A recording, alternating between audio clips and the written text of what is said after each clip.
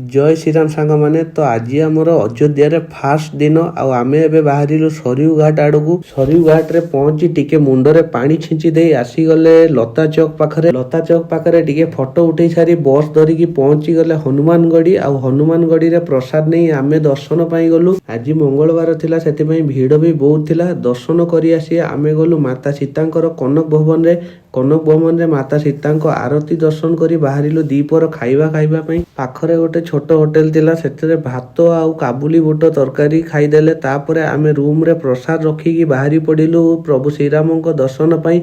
आउ सामने रे देखि पारिए प्रभु श्रीरामंको मंदिर। भीतरे तो मोबाइल एलाउ नथिला, मोबाइल सब डिपोजिट करी आमे गलु दर्शन करिबा पई। दर्शन करी आसीकी आमे पहुंची गलु अमाबा राम मंदिर रे। अमाबा राम मंदिर छात उपरु देखि पारिबे अयोध्या राम मंदिर केते सुंदर देखा होची दृश्य। आउ आपण माने भी अयोध्या राम मंदिर दर्शन करि पारिबे। तो आजिर मिनी ब्लॉग रे किछि एतिकी, पुणी देखा हबो आउ गोटे नेक्स्ट ब्लॉग रे। जय श्री राम।